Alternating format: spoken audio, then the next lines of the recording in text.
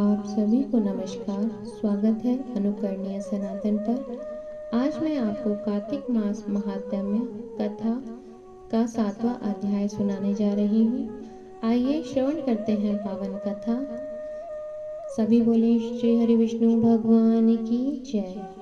श्री कृष्ण भगवान की जय।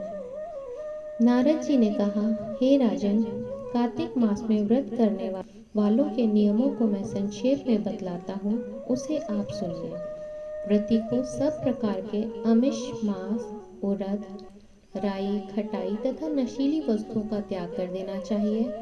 व्रती को दूसरे का अन्न ग्रहण नहीं करना चाहिए, किसी से द्वेष नहीं रखना चाहिए और तीर्थ के अतिरिक्त अन्य और कहीं यात्रा नहीं करनी चाहिए। देवता, वेद, ब्राह्मण, गाय, व्रती, नारी, राजा तथा गुरुजनों की भी कभी निंदा नहीं करनी चाहिए। किसी की निंदा, चुगली आदि भी नहीं करनी चाहिए। किसी भी जीव का मांस नहीं छूना चाहिए। पान, कत्था, चूना, नींबू, मसूर दाल, बासी तथा जूठे अन्न का भी प्रयोग नहीं करना चाहिए। गाय, बकरी तथा भैंस के अतिरिक्त अन्य किसी पशु का दूध नहीं पीना चाहिए। कांसे के पात्र में रखा हुआ पंचगव्य, बहुत छोटे घड़े का पानी तथा केवल अपने लिए ही पका हुआ अन्न प्रयोग करना चाहिए।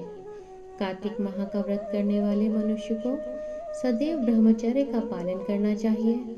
उसे धरती पर सोना चाहिए और दिन के चौथे प्रहर में केवल एक बार पत्तल में भोजन करना चाहिए।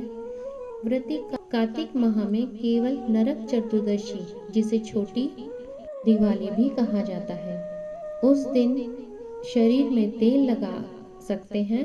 केवल छोटी दिवाली वाले दिन ही आप अपने शरीर पर तेल लगाकर स्नान कर सकते हैं। कार्तिक माह में व्रत करने वाले मनुष्य को सिंघाड़ा, प्याज, मट्ठा, गाजर, मूली, काशीफल, लौकी, तरबूज, इन वस्तुओं का प्रयोग बिल्कुल नहीं करना चाहिए।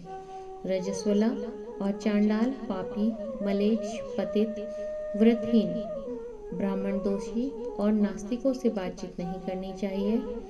भगवान श्री हरि विष्णु को प्रसन्न करने के लिए अपनी शक्ति के अनुसार चंद्रायण आदि का व्रत करना चाहिए और उपयुक्त नियमों का पालन करना चाहिए। व्रती को प्रतिपदा को कुम्हड़ा, द्वितीया को कटहल, तृतीया को तरुणी स्त्री, चतुर्थी को मूली, पंचमी को बेल, षष्ठी को तरबूज, सप्तमी को आंवला, अष्टमी को नारियल, नवमी को मूली, दशमी को लौकी, एकादशी को परवल, द्वादशी को बेर, त्रयोदशी को मट्ठा, चतुर्दशी को गाजर तथा पूर्णिमा को शाक का प्रयोग नहीं करना चाहिए। रविवार को आंवले का प्रयोग नहीं करना चाहिए। कार्तिक माह में व्रत करने वाला मनुष्य यदि इन शाकों में से किसी शाक का सेवन करना चाहे तो पहले ब्राह्मण को अर्पित कर ब्राह्मण को देखकर ग्रहण करें। यही विधान माघ माह के व्रत के लिए भी है। देवोत्थानी एकादशी में पहले कही गई विधि के अनुसार नृत्य, जागरण, गायन, वादन आदि करना चाहिए।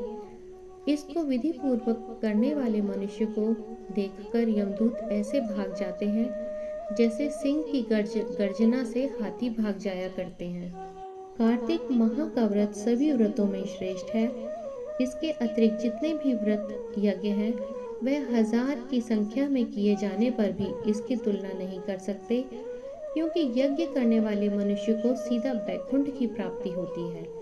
जिस प्रकार राजा की रक्षा उसके अंगरक्षक करते हैं, उसी प्रकार कार्तिक माह का व्रत करने वाले की रक्षा भगवान श्री हरि विष्णु की आज्ञा से इंद्र आदि देवता करते हैं।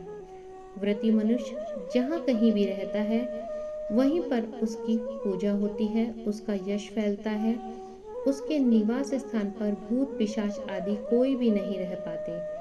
विधि पूर्वक कार्तिक माह का व्रत करने वाले मनुष्यों के पुण्यों का वर्णन करने में स्वयं ब्रह्मा जी भी असमर्थ हैं। यह व्रत सभी पापों को नष्ट करने वाला, पुत्र पौत्र प्रदान करने वाला और धन्य धन की वृद्धि करने वाला है। सभी बोले श्री हरि विष्णु भगवान की जय। इति श्री कार्तिक मास महात्म्य अध्याय 7 संपूर्ण। श्रीमन्नारायण।